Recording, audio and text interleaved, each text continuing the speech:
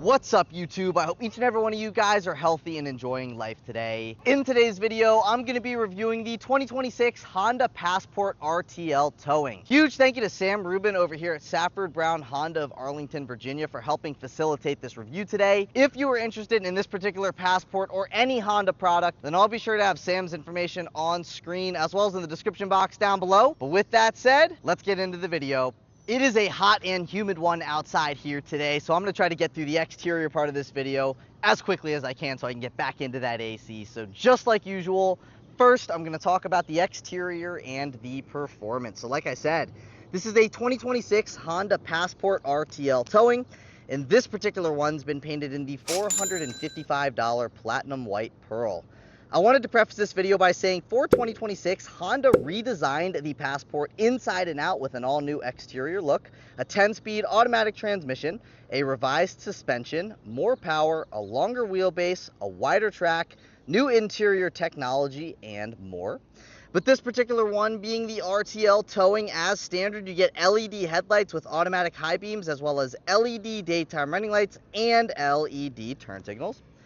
Take a few steps to the left, give you a front-on shot of the Passport. I'm a huge fan of the way that this looks. It really kind of reminds me of the new 4Runner, and it also kind of gives me Honda Element vibes at the same time. I think this thing looks fantastic, and it looks much better in person than what you see in pictures, and especially with like the Trail Sport, super rugged. But if you're not looking for something that goes off-road, you're looking to try to save as much money as possible while still getting some nice features, the RTL is definitely the way to go. So up top here, you can see you get that satin black fake hood vent.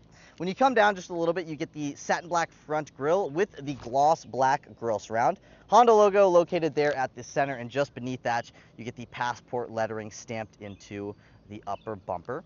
Speaking of the bumper, the lower bumper is satin black, and at the center of it, you get that gray valance. Another thing I wanted to mention is that this thing does have some nice safety features, even with it being one of the lower trim levels. So you also get 4 front parking sensors, which is definitely very nice.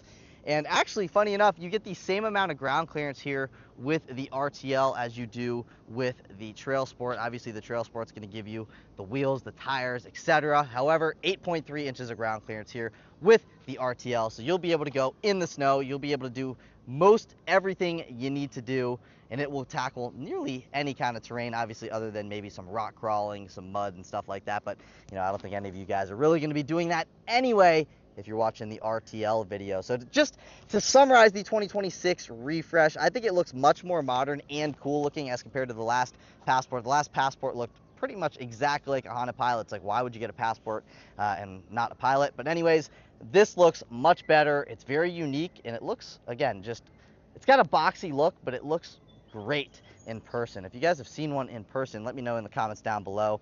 Anyway, coming on down the side, satin black wheel arch moldings. And as standard with the RTL, you get 18-inch gray painted wheels that are wrapped in 265/60 Hankook Dynapro HP2 all-season tires.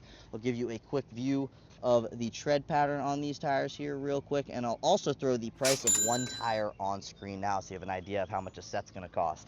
You don't get rain sensing wipers with this thing, but working my way down the side, you get satin black mirror caps. And as standard, these side view mirrors are heated, manual folding. You will find your blind spot monitoring on the outer left-hand side of the driver mirror and on the outer right side of your passenger mirror. One thing that is nice, though, is as standard, you get 2 driver seat memory settings. So not only is it going to memorize the seat settings, it also memorizes the outer mirror settings as well, which is very nice if you have multiple people that drive the same vehicle. Now here is a side profile shot of this thing.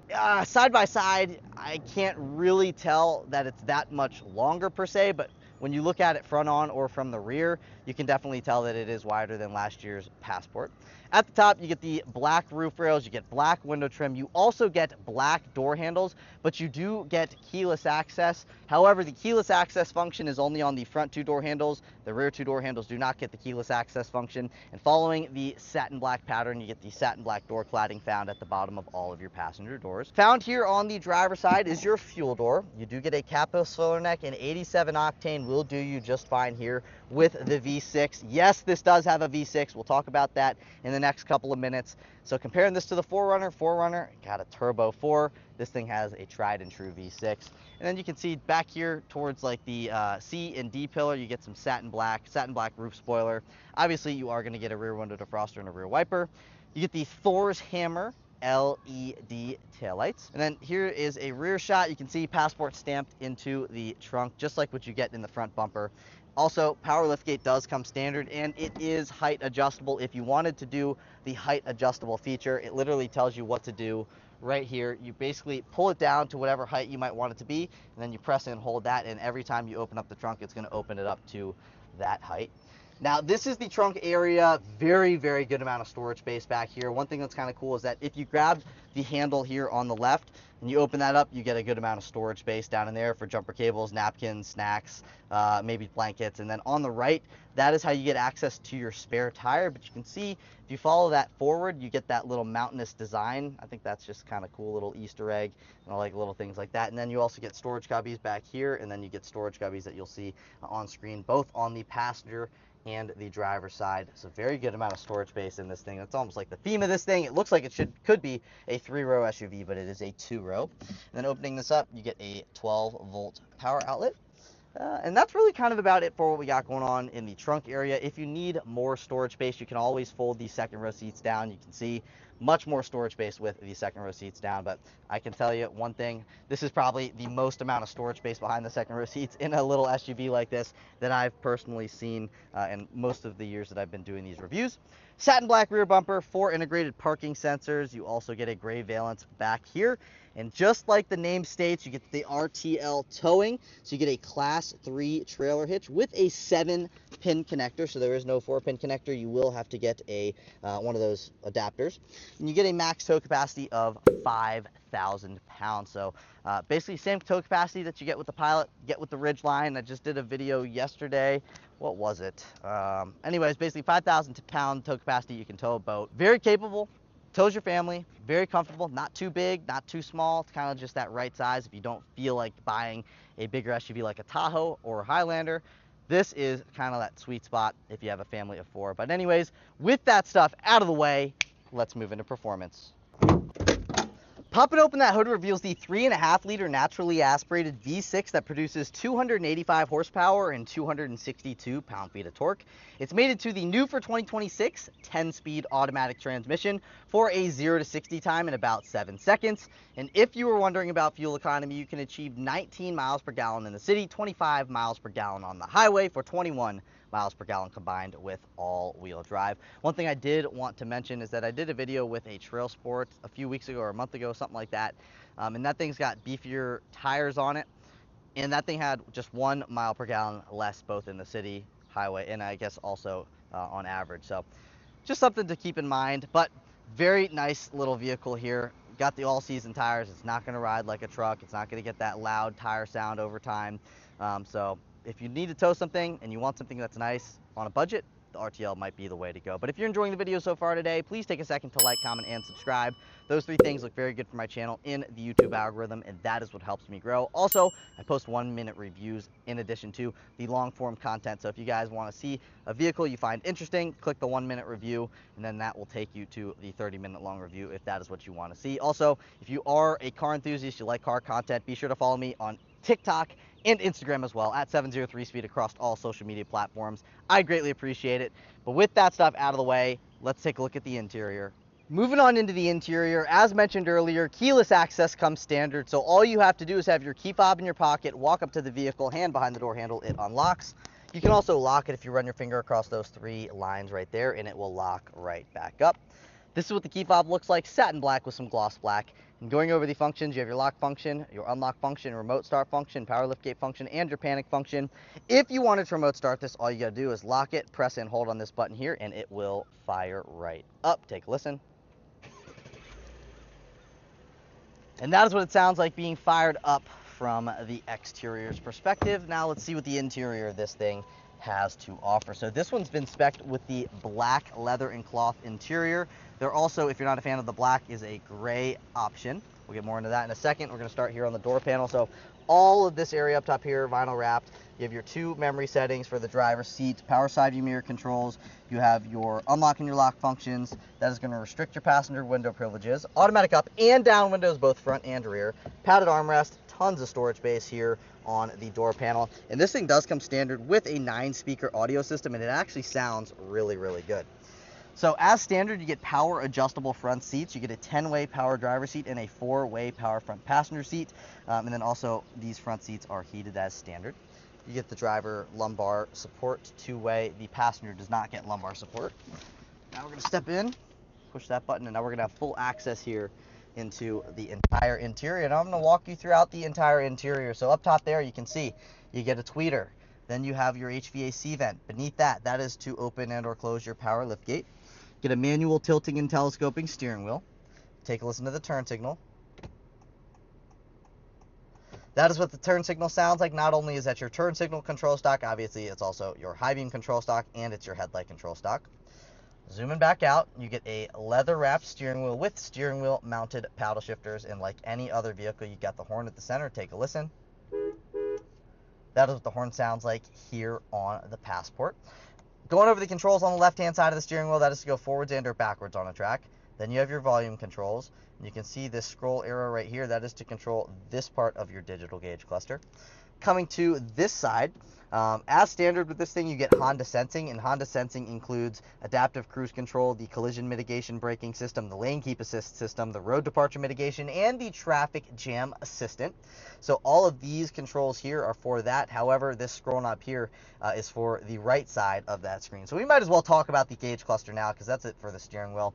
So as standard with this model, you get a 10.2-inch digital gauge cluster, new for 2026. It looks great. It's very easy to use. So going over the screen, you can see on the outsides of the screen, you have your coolant temp, and then you also have your fuel gauge. And then on the screen itself, you have your tachometer, speedometer, digital speedometer readout there at the center. Then you get your odometer, outside temp, and all that kind of stuff. But if you wanted to control what you see on that side of the screen, all you got to do is, let's scroll down. You can go into Android Auto stuff, Amazon Alexa stuff. You can customize the display. You get your back button. You can pop up your phone stuff on that screen. You can go into the FM, the stuff, the AM stuff. You can continue going on down. Like if we click right here and you keep scrolling, then you get your USB, Bluetooth. You can pop up whatever you want to there on that screen. It is very easy to use. And then same premise on this side, except on the right side you get your maintenance stuff, range and fuel, speed and time, nav, which pops up your Google Map stuff, driver attention, all-wheel drive, torque distribution, pitch and roll, seat belts, maintenance, tire pressure, safety support, and all that kind of stuff you can see on there. Very easy. You just scroll down throughout it, and then push button, start button. New for 2026, you now get a Google-based 12.3-inch infotainment system with built-in Google Maps and wireless Apple CarPlay and wireless Android Auto connectivity. This is what the screen looks like. There are no physical controls on it. You get your shortcuts on the right. At the center, you have all of your different apps, like all of these different things here. And then on the right side, you have a split-screen display. You have your Google stuff there. AM, compass, AM would be like your audio stuff, and then you have your different range and stuff. You have your time. Very easy to use screen. I mean, it literally tells you exactly how to use it. I don't feel like I need to spend too much time on the screen. I just wanted to let you know about that. Then you have your physical volume control knob. You have the Passport lettering just beneath your infotainment system. Excuse me. 2 HVAC vents. You have your hazard button. This does come standard with a tri-zone climate system. You have your temperature controls there, fan speed at the center. All of this area is gloss black. You get the new screens, and all of this stuff can get dirty, right? You get your fingers, you have the dust, you got all that kind of stuff. I'm going to throw a product on screen right now. I used to be a detailer. This is a product that you put a cap full of it in a Zep bottle. You mix that Zep bottle with some water, and you spray down a microfiber rag, get it nice and wet, and you wipe down your screens, and then you basically just follow it up with a dry microfiber. It basically is to maintain so your car looks new. You can use it on your screens, you can use it on your mirrors, you can use it on your glass when it gets hazy, you can use it on the leather, and you can even wash your car with it. It is a worthwhile investment. It's not that expensive, and it's just going to make your car look brand new very, very easily, right? It doesn't take much time. You don't have to take it to a car wash. So if you don't like dust, you don't like fingerprints, I highly recommend that product. You can look either in the description or you can see it on screen. And then also, heated outboard front seats. You get 3 levels of adjustability with those front seats. There is no ventilated seat function, and there's also no heated steering wheel function with this either. And then you have your rear settings there, 2 USB-C ports, a 12-volt power outlet. You can set a phone in there. That's an iPhone 14 Pro Max, the bigger phone, and it does fit in that little console space. You get a wireless charging pad. Again, iPhone 14 Pro Max. It does fit in the wireless charging pad. Following on back, you have your 2 cup holders. You have your push button transmission stuff. You have 7 different drive modes, so you can click throughout. You can see all the different drive modes there on your digital gauge cluster. You can go throughout. I'm going to go back into normal, and I'm going to leave it in normal for now. Then you get your auto stop start system on or off, hill descent control, electronic parking brake. Your brake hold function is basically, you're tired of holding your foot down on your brake in traffic. You have your brake hold, you press that, the vehicle's going to hold itself in place by itself, and then all you got to do, hit the accelerator, and it starts to move forward again. Coming back just a little bit, you have your nicely padded armrest, good amount of storage space down in there, followed by a little pen holder, as you can see. Up top here, you have your auto dimming rear view mirror. Then you have your light stuff up here. They are both LED. This is whether you want the lights to turn on or not when you open up the door. Roadside assistance stuff. Got a spot you could set your sunglasses up top there. A little paper holder. You get the same thing on that side. And then opening this thing up, you get a vanity mirror and a vanity light. Opening this up, sliding that back, that goes forwards and backwards. Very easy. Grab handle for the driver. The front passenger also gets a grab handle, and the front passenger also gets a very nice little storage cubby down in here that they can set their phone. I would say that it's probably about 3-4 inches deep if you go from here all the way back. I mean, there's my hand down in there, so nice little storage space there, and that's really kind of about it other than the glove box. So you do get a lockable lower glove box here. Decent amount of storage space in the glove box, and the passenger side looks pretty much the same as what you get on the driver's side. As you can see, there is no sunroof with this thing, so if you want a sunroof, you're going to have to step up a trim level or 2. Now I'm going to throw the entire window sticker on screen. You guys can take a look at everything that you get as standard with this thing. The only option that it has, I mean, it shows you that the trailer hitch is an option, but that is just because that's the trim level. The only option is the paint color. So I'm just going to highlight the MSRP. So the MSRP of the way that this particular 2026 Passport RTL towing is spec'd is $47,355. I mean, it's a lot of money, but you know, you get a lot for your money. It doesn't have a 360 cam, no. Doesn't have a sunroof, no, but it pretty much gives you everything else. You get the nice driver assistance convenience features. That's always nice to have. Heated seats. I mean, it is a very nice vehicle, all things considered, for the money. But I want to show you what we got going on in the rear seats before moving into the driving portion of the video. So back here, again, automatic up and down windows, and the windows do, I believe, go all the way down. That is definitely nice. Tons of storage space here on the door panel, and then this is what the second row seats look like. To fold it down, you pull on this, second row seats will fold. Stepping into the second row, up top here, you get a grab handle as well as a dry cleaning hook, a dome light, seat back pocket behind both front seats, HVAC vents. Down here, you get the 2 USB-C ports. Knee and leg room. I'm just an average size person, so I am 5'9". I've got plenty of knee and leg room. There's another view of it. When it comes to headroom, I've got plenty of headroom. And then also, adding to the comfort back here, you get your center fold-down armrest, 2 cup holders, and it's just a very comfortable second row. I mean, here's a view out the front from my eye height. I mean, you can see. Very comfortable, guys. Very nice vehicle considering the price point. I think it looks sick. It also drives well, which you'll see here in the next minute or so. But that's kind of about it. You know, we talked about the exterior, we talked about the performance, and now we've talked about what's going on here in the interior of this thing. So I want to see what this thing's like to drive, as I'm assuming you guys do as well. So I'll see you guys in the driver's seat. All right, now on to the driving portion of the video. Take a listen.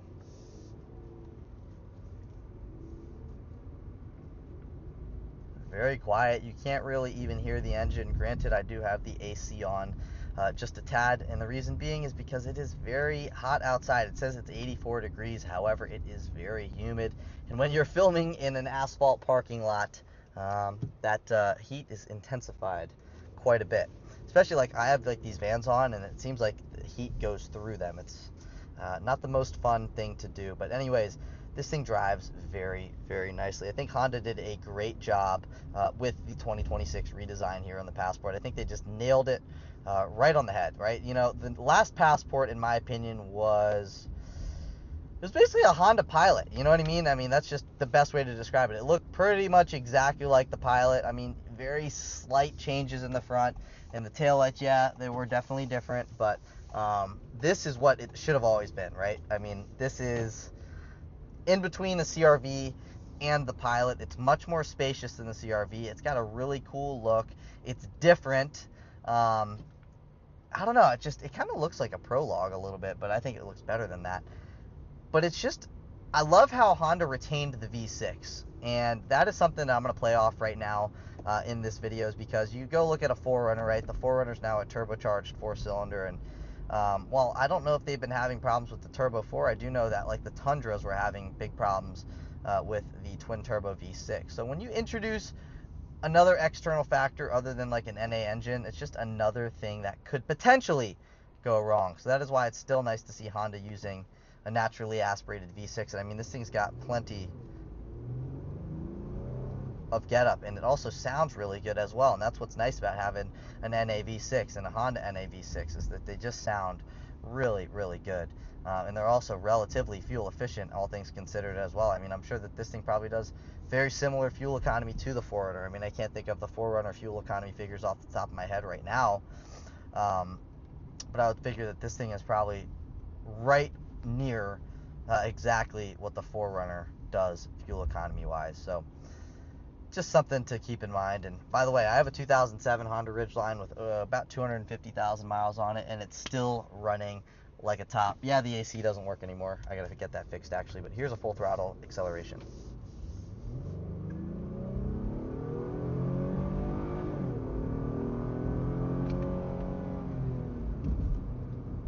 You can see it accelerates very, very well to the speed limit. Is it going to be the fastest thing that you've ever driven? No, obviously it is not going to be.